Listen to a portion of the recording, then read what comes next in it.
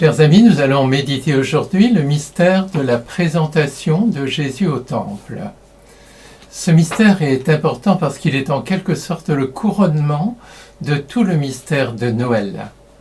En effet, lorsque Siméon, conduit par l'Esprit Saint, vient au Temple, il proclame que Jésus est la gloire d'Israël et qu'il va devenir la lumière de toutes les nations. Tournons-nous d'abord vers le Père pour commencer par lui rendre grâce pour le mystère qu'il nous révèle en ce jour. Dans la préface, on lit ceci: « Vraiment, il est juste et bon de te rendre gloire, de t'offrir notre action de grâce toujours et en tout lieu à toi, Père très saint, Dieu éternel et tout-puissant. Aujourd'hui, ton Fils éternel est présenté dans le temple et l'Esprit Saint, par la bouche de Siméon, le désigne comme la gloire de ton peuple et la lumière des nations. Joyeux, nous aussi, d'aller à la rencontre du Sauveur, nous te louons avec les anges et tous les saints, et nous te chantons. Notre Père qui es aux cieux, que ton nom soit sanctifié, que ton règne vienne, que ta volonté soit faite sur la terre comme au ciel. Donne-nous aujourd'hui notre pain de ce jour. Pardonne-nous nos offenses, comme nous pardonnons aussi à ceux qui nous ont offensés. Et ne nous soumets pas à la tentation, mais délivre-nous du mal. Car c'est à toi qu'appartiennent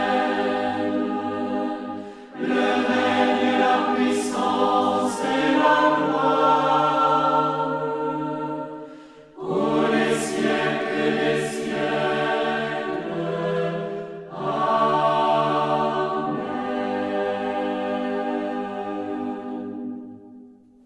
Nous méditons maintenant l'évangile de la présentation de Jésus au Temple en Luc au chapitre 2, versets 22 à 28. L'évangile commence ainsi: « Quand fut accompli le temps prescrit par la loi de Moïse pour la purification, les parents de Jésus l'amenèrent à Jérusalem. Selon la loi, toute mère d'un garçon est impure pendant 7 jours et doit, 33 jours plus tard, être purifiée par un rite d'expiation. » C'est ce qu'affirme le Lévitique au chapitre 12, versets 1 à 8. « Vierge Marie, comblée de grâce, tu n'as pas besoin d'être purifiée, toi l'Immaculée, toi la mère du Saint qui vient purifier le monde de ses péchés. Pourtant, tu obéis à la loi. »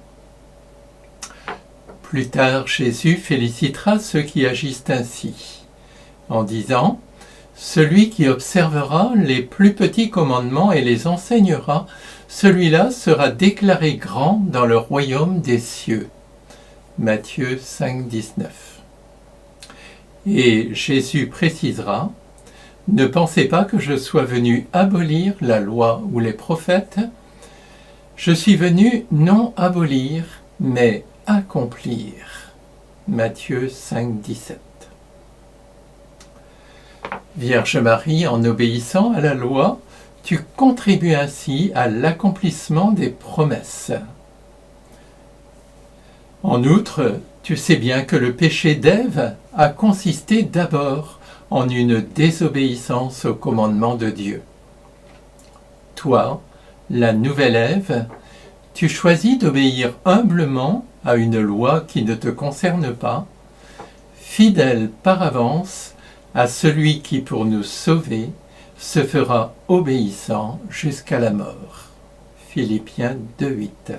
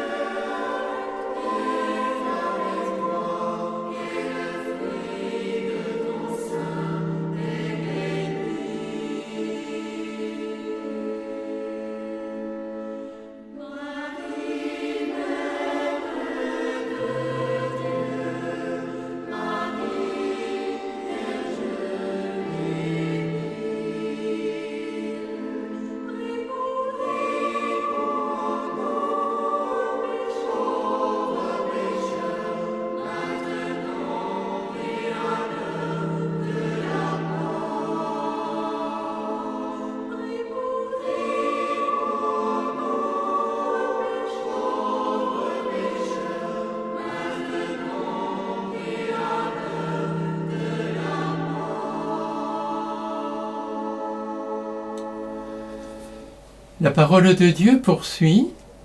Les parents de Jésus l'amenèrent à Jérusalem pour le présenter au Seigneur, selon ce qui est écrit dans la loi. Tout premier-né de sexe masculin sera consacré au Seigneur. Seigneur Jésus, bien loin de te racheter selon la coutume juive, Marie et Joseph te consacrent au Seigneur. Cela correspond bien à ta volonté de Fils de Dieu. L'Écriture dit, en entrant dans le monde, le Christ dit, tu n'as voulu ni sacrifice ni offrande, mais tu m'as formé un corps. Tu n'as pas agréé les holocaustes, ni les sacrifices pour le péché, alors j'ai dit, me voici, je suis venu, mon Dieu, pour faire ta volonté, ainsi qu'il est écrit de moi dans le livre. Épître aux Hébreux, chapitre 10, versets 5 à 7. Seigneur Jésus, en entrant pour la première fois dans le temple, rempli de la gloire de Dieu, tu réalises et accomplis ce qui était la visée même de cette institution de l'Ancien Testament. En toi, l'Emmanuel, Dieu réside au milieu de son peuple. Mais déjà, une transformation profonde s'opère. En réalité, c'est toi le nouveau temple. Tu parleras plus tard du temple de ton corps. En Jean 2, 19, 22, t'identifiant ainsi au temple et te présentant comme la demeure définitive de Dieu parmi les hommes.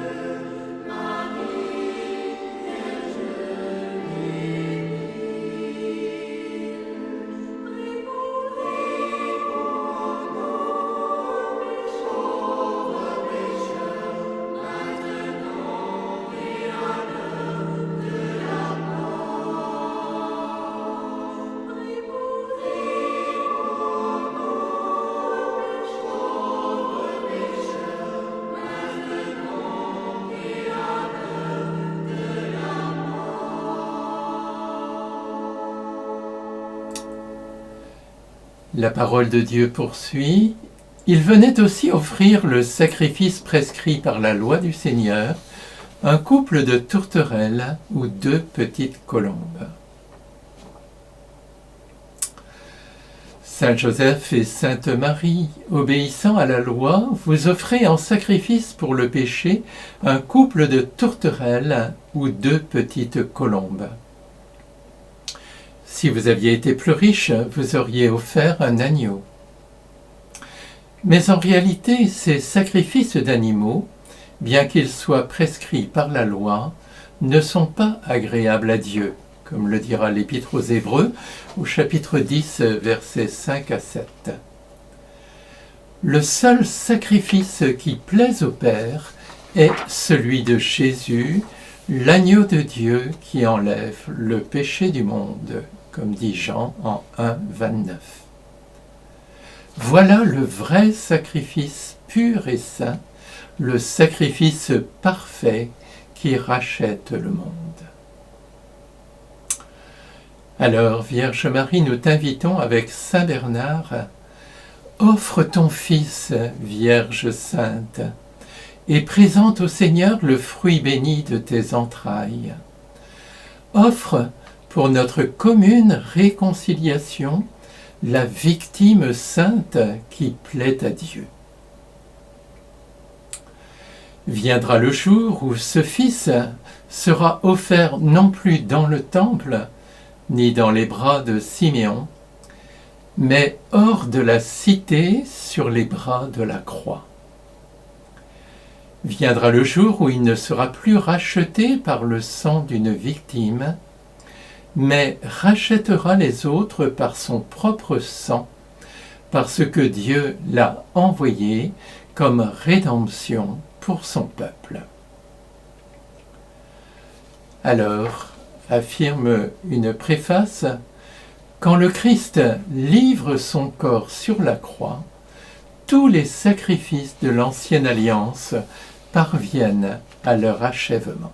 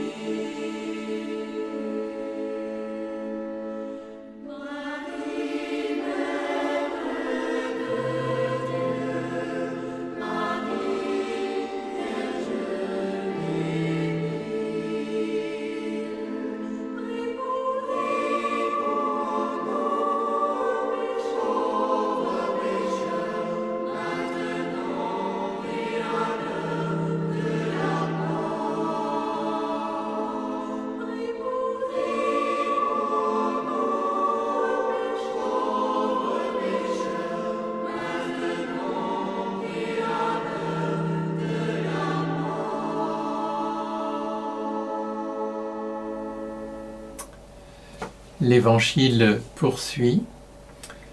Or, il y avait à Jérusalem un homme appelé Siméon.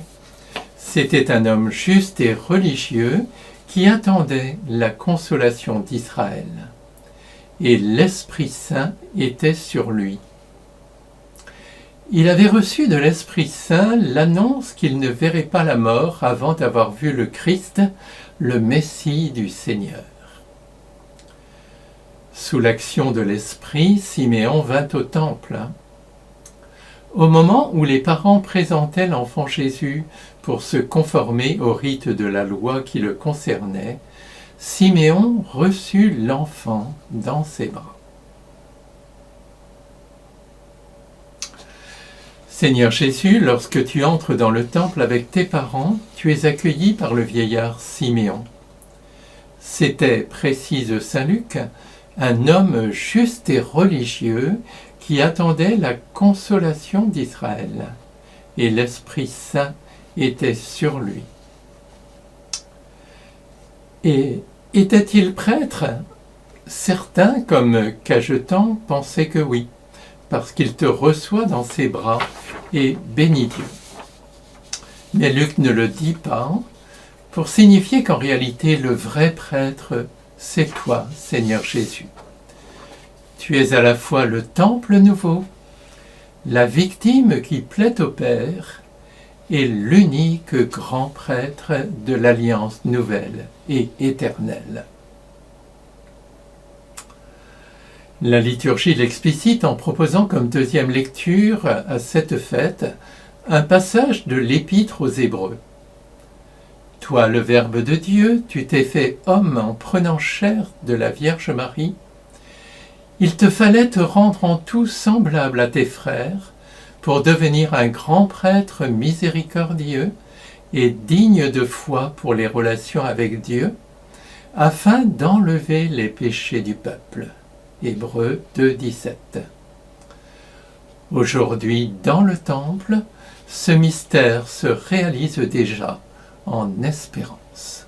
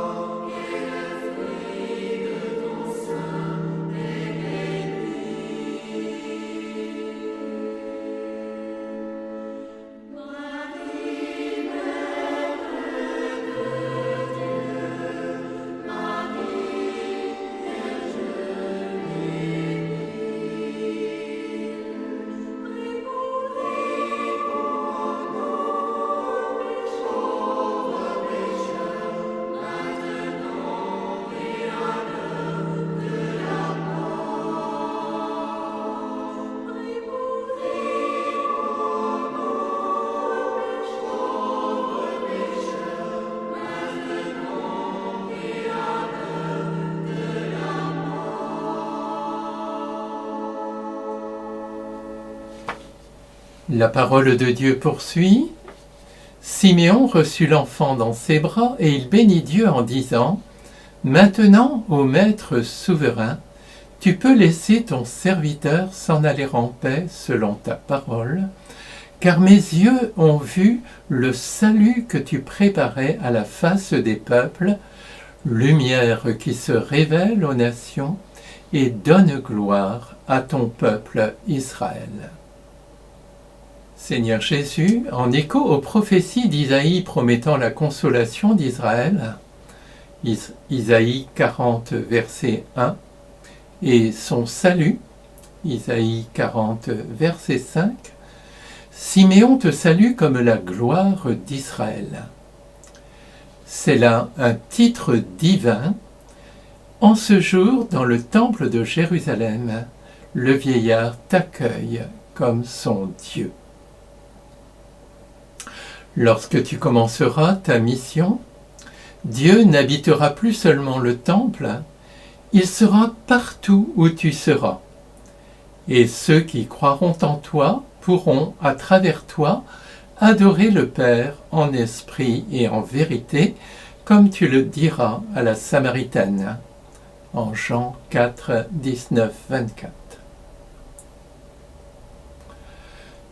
Aujourd'hui, Seigneur Jésus, le temple nouveau, c'est ton Église, dont tu es la pierre d'angle et dont nous sommes les pierres vivantes, comme dira 1 Pierre 2, versets 4, 5. Tu viens à nous et tu veux nous remplir de ta gloire, de ta lumière, de ton Esprit Saint. Aussi, comme jadis Siméon et Anne, confère Luc 2, 36, 38, nous venons à ta rencontre et nous t'accueillons comme notre lumière, comme notre Rédempteur et notre Sauveur.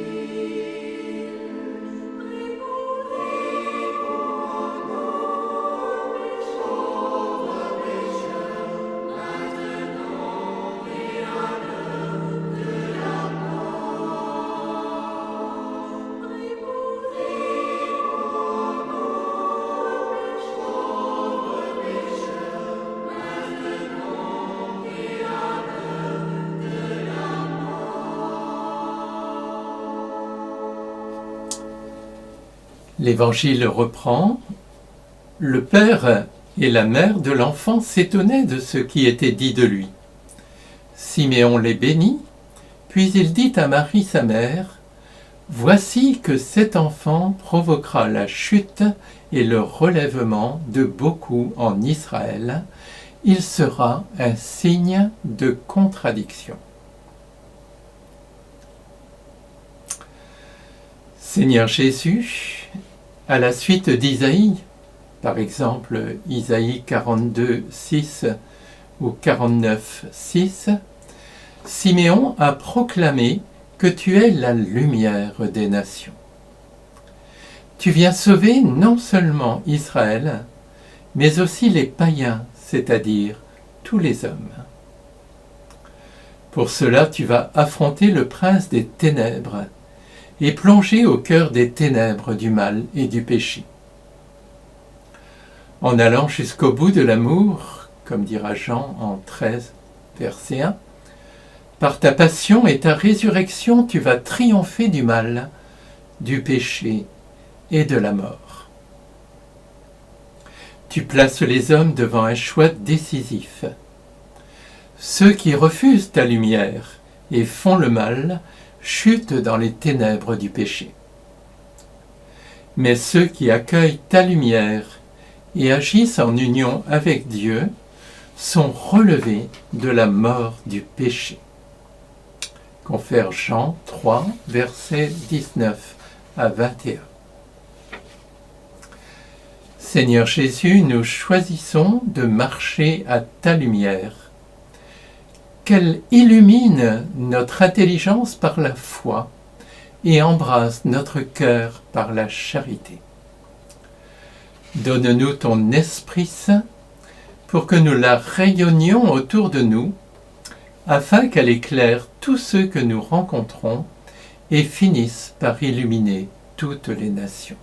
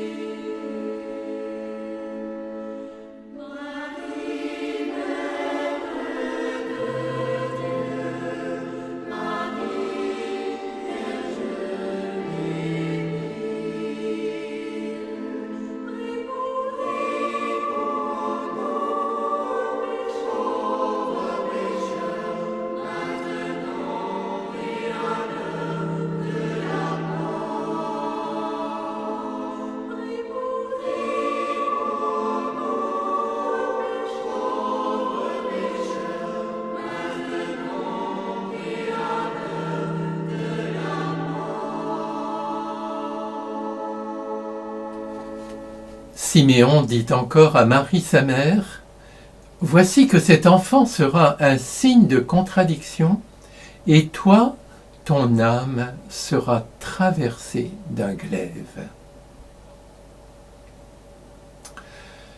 Vierge Marie, comme ton cœur a dû tressaillir lorsque tu as entendu cette prophétie de Siméon.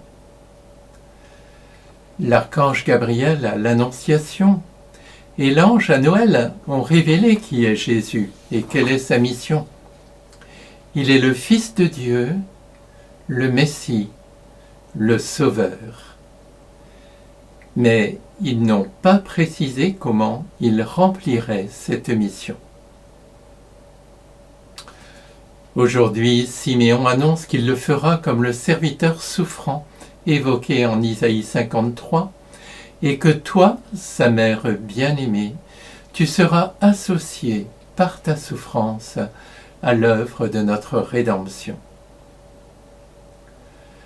Le jour de l'Annonciation, tu as donné à Dieu un consentement total et inconditionnel. Aujourd'hui, en présentant Jésus à son Père dans le temple, tu renouvelles ton oui et tu t'offres avec lui pour la gloire de Dieu et le salut du monde. Tu es vraiment bénie entre toutes les femmes.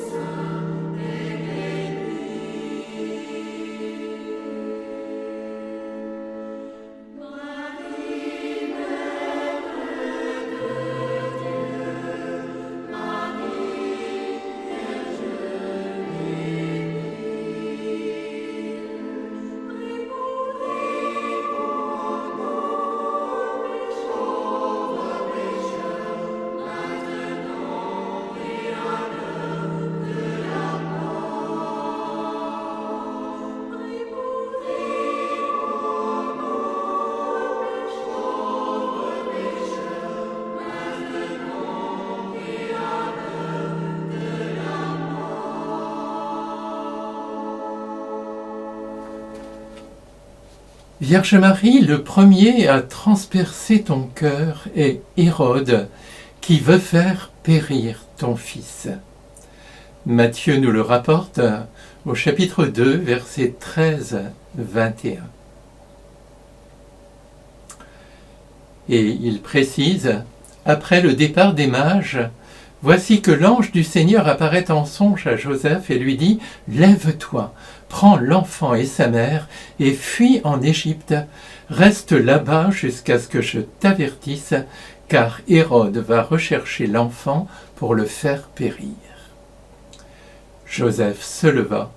Dans la nuit, il prit l'enfant et sa mère et se retira en Égypte. Hérode était un tyran jaloux de son pouvoir, prêt à tout pour le préserver. Considérant Jésus comme une menace potentielle, il n'hésitera pas, pour se débarrasser de lui, à ordonner le massacre de tous les jeunes enfants de Bethléem. Confère Matthieu 2, 16, 18. Il se montre ainsi un suppôt de Satan furieux contre le Messie, comme nous le montrera l'Apocalypse au chapitre 12, versets 4 à 6. Avertis par un ange, Joseph et Marie fuient alors aussitôt en Égypte avec l'enfant pour s'y réfugier. C'est ce qu'avaient fait jadis Jacob et ses fils, et dans ce pays, les Hébreux étaient devenus nombreux et forts, comme l'affirme Exode 2, verset 7. Vierge Marie, le terrible glaive annoncé par Siméon commence à blesser ton cœur. Heureusement, tu peux t'abriter sous la protection attentive de Joseph. Et surtout, Jésus est sauf. Son heure n'est pas encore venue. Avec vous, Marie et Joseph, nous prions pour tous les migrants qui doivent fuir leur pays où leur vie est menacée. Nous prions aussi pour tous les enfants innocents qui souffrent ou qui sont massacrés dans le monde, et en particulier pour les millions d'enfants avortés.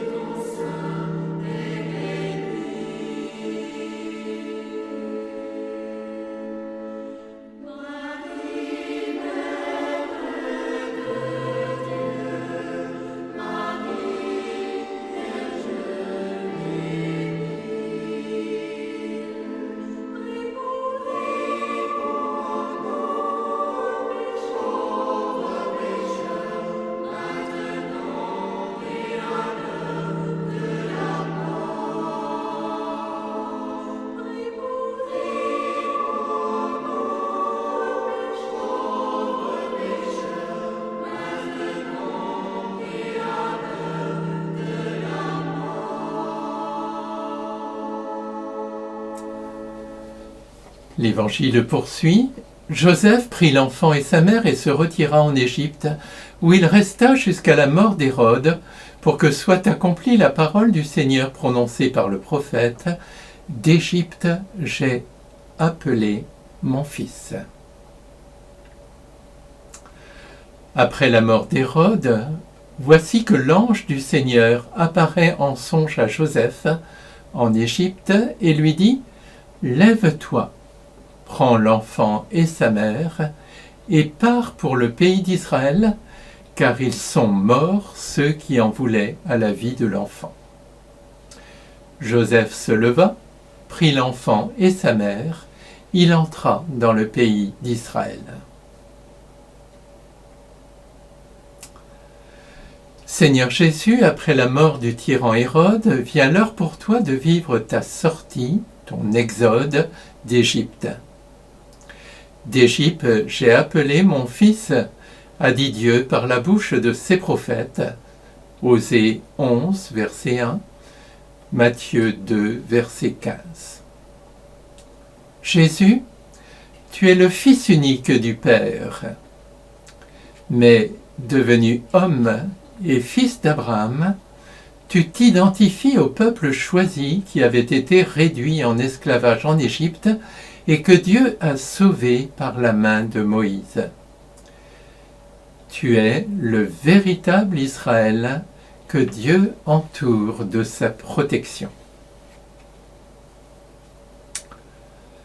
Ce retour d'Égypte annonce la Pâque définitive par laquelle tu vas faire naître un Israël nouveau qui rassemblera pour le Père une multitude de fils, comme dira Hébreux 2, verset 10. Ce peuple, c'est l'Église, ton corps mystique. Tu veux y faire entrer tous les hommes, en les arrachant au pharaon spirituel, Satan, en les libérant du péché par le baptême, en les faisant entrer dans l'alliance nouvelle et éternelle, en les conduisant vers la terre promise, le ciel, où l'Église aura sa consommation dans la gloire céleste. C'est ce qu'affirme le catéchisme de l'Église catholique au numéro 769. Seigneur Jésus, tu es le Fils, le véritable Israël. Mais tu es aussi le nouveau Moïse, plus grand que Moïse, le libérateur définitif. Nous rendons grâce au Père qui a fait de nous ses fils par toi, avec toi et en toi.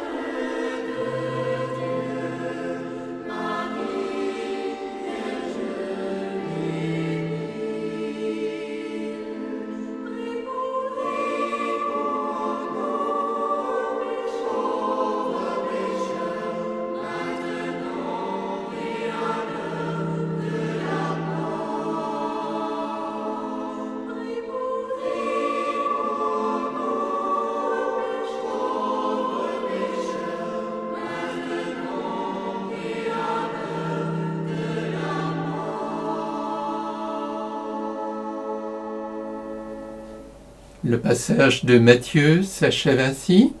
Joseph, apprenant qu'Archélaüs régnait sur la Judée à la place de son père Hérode, eut peur de s'y rendre. Averti en songe, il se retira dans la région de Galilée et vint habiter dans une ville appelée Nazareth, pour que soit accomplie la parole dite par les prophètes, il sera appelé Nazaréen. L'enfant, lui, grandissait et se fortifiait, rempli de sagesse, et la grâce de Dieu était sur lui.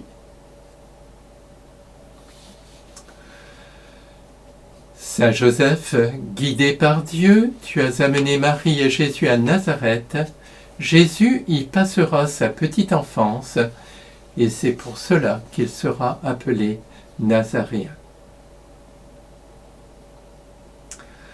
À Nazareth, Jésus, tu as grandi et t'es fortifié comme tout enfant des hommes. Mais quelque chose de singulier émanait de toi, car la grâce de Dieu était sur toi. Cela au sens fort. Ta nature humaine était unie en ta personne au Verbe de Dieu, si bien que tu avais une connaissance intime et immédiate de ton Père, et ta connaissance humaine exprimait la vie divine de ta personne. C'est ce qu'affirme le catéchisme numéro 473. C'est pour cela que tu étais rempli de sagesse, car ta connaissance humaine, poursuit le catéchisme, était unie à la sagesse divine en la personne du Verbe incarné. Ta mère aussi était comblée de grâce, mais elle restait un être humain. C'est pourquoi elle a vécu tout ce temps en sachant qui tu étais, mais dans la foi.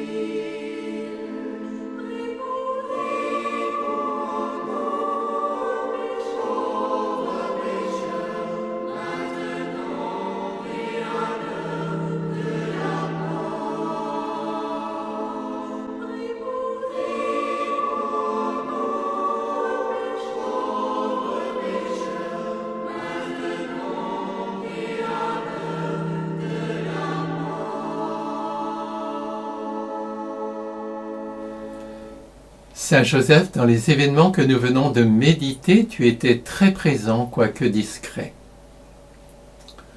En venant au temple avec Marie pour y présenter l'enfant, alors que ce n'était pas obligatoire, tu as de nouveau manifesté que tu étais un homme juste. Matthieu 1, 19. En effet, selon le psaume 1er, le juste trouve sa joie dans la loi du Seigneur. Et selon Jérémie, en chapitre 17, verset 7, il se confie dans le Seigneur.